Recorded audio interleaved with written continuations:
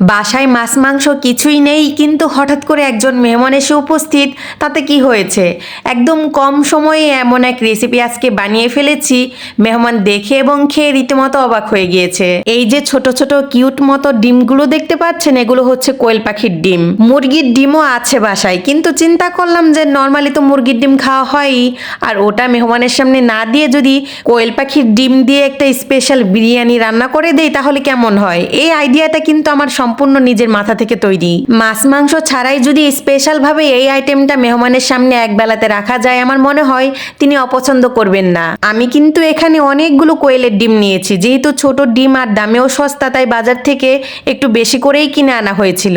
আজকেই যে এই ডিমগুলো কাজে লাগবে তা কিন্তু কখনোই আশা করিনি। প্রথমেই আমি ডিমগুলোকে ভালোভাবে সেদ্ধ করে খোসা ছাড়িয়ে নিয়েছি। বাসায় কাঁচা বাজার এবং মাছ মাংসের আইটেমগুলো পুরো মাসের হিসেব করে একটু কমই কেনা হয়, এক সপ্তাহ করে কিনি আর কি। এর জন্যই প্রায় সময় দেখা যায় কি আজকে মাছ শেষ হয়ে গিয়েছে, কালকে মুরগি শেষ হয়ে গিয়েছে, আবার নতুন করে আনতে হয়। ছোট মেয়ে সহ স্বামী স্ত্রী 3জন মানুষের সংসার, আসলে ওরকম বড়সড় বাজার সদাই আমাদের খুব কমই করা হয়। তবে হ্যাঁ, মাসের শুরুতে মাছ মাংস আইটেমগুলো যদি একসাথে কিনে ফ্রিজে রেখে দেওয়া হয়, আমি মনে করি এটা সবচেয়ে ভালো কাজ। ওরকম দূরের মেহমান হলে হয়তো এই একটা আইটেম দেওয়ার সাহসী পেতাম না, তৎক্ষণাৎ বাজারে যেতে হতো, ভালো কোনো কিছু কিনে এনে সময় নিয়ে রান্নাবান্না করে তারপর দিতে হতো। তাই চিন্তা করলাম যেহেতু অল্প সময়ের জন্য আসতেছে, এই একটা আইটেম মানে ডিমের বিরিয়ানি, সাথে কিছু ফ্রুটস কেটে দিব, আর যদি একটা ডেজার্ট দেই তাহলেই হয়ে যাবে। সাথে যে কোনো একটা ড্রিঙ্কস তো আছেই। আপনারা আবার বলবেন না যেন যে মেহমানকে এগুলো খেতে দিবেন।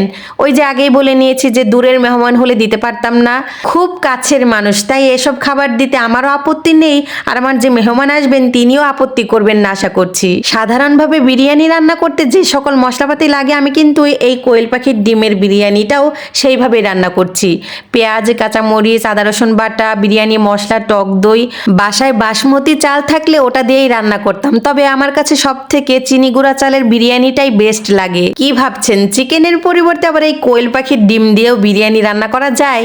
আমি কিন্তু এর আগে ডিম দিয়ে অনেকভাবে বিরিয়ানি রান্না করেছি, তবে আজকে প্রথম এই কোয়েল পাখির ডিম দিয়ে রান্না করছি। বিরিয়ানির চালগুলো যেমন ঝরঝরা হয়েছে, রংটাও কিন্তু অনেক সুন্দর এসেছে মাশাল্লাহ। এত শখ করে যেহেতু এই কোয়েল পাখির ডিমের বিরিয়ানি রান্না করেছি, এবার মেহমানের মুখ থেকে একটু রিভিউ নেওয়ার পালা। ওনাকে জিজ্ঞেস করলাম যে খেতে কেমন হয়েছে একটু বলুন তো। একটুখানি হাসি মস্করা করতে করতে মেহমান আমাকে বলল, আমার খাওয়া দেখে বুঝতে পারছো না খাবারের স্বাদটা ঠিক কেমন হয়েছে? আমি তো অলরেডি 15টা ডিম খেয়ে নিয়েছি।